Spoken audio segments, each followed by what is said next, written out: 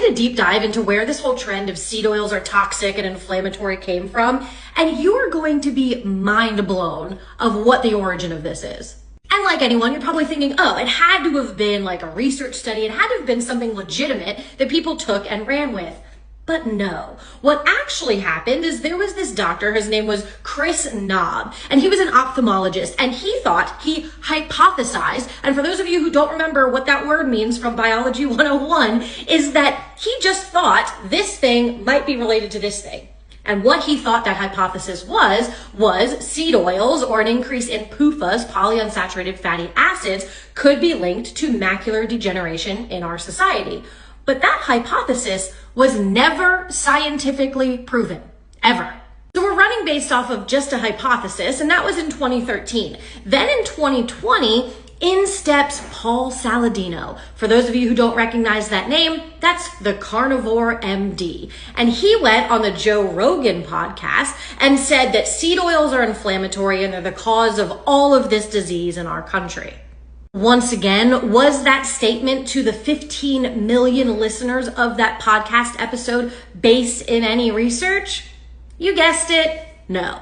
Maybe what I should really say is no asterisk, because he did cite 2 studies, but both studies have been disproven and really can't be linked to seed oils. The first study that he cited was done in 37, you heard that correctly, 37 women.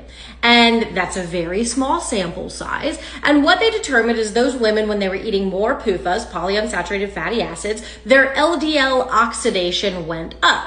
LDL oxidation is different than your actual LDL cholesterol going up. And what we know about LDL oxidation is that it fluctuates in the short term and really isn't actually an indicator of any sort of health status. So that sort of rules out that study. He then cited a second study that was very similar, had very similar outcomes. But then when that second study was peer reviewed and more larger randomized controlled trials were done, they actually found that increased PUFA intake caused decreased cardiovascular risk, essentially debunking both of the studies that he was originally citing. So to summarize here, one dude said that seed oils might be toxic, never came of anything. And then another dude went on a podcast and said to 15 million people that they are toxic and inflammatory. That has not been backed by any research, and the research has actually proved the opposite, yet everybody still believes it and thinks that seed oils are toxic and inflammatory. Cholesterol and LDL do not drive heart disease.